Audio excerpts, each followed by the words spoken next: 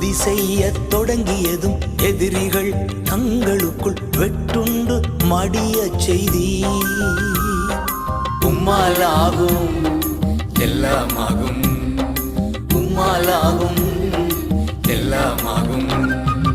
ஆகாதது எதுவும் இல்லை, உம்மாலாகாதது எதுவும் இல்லை.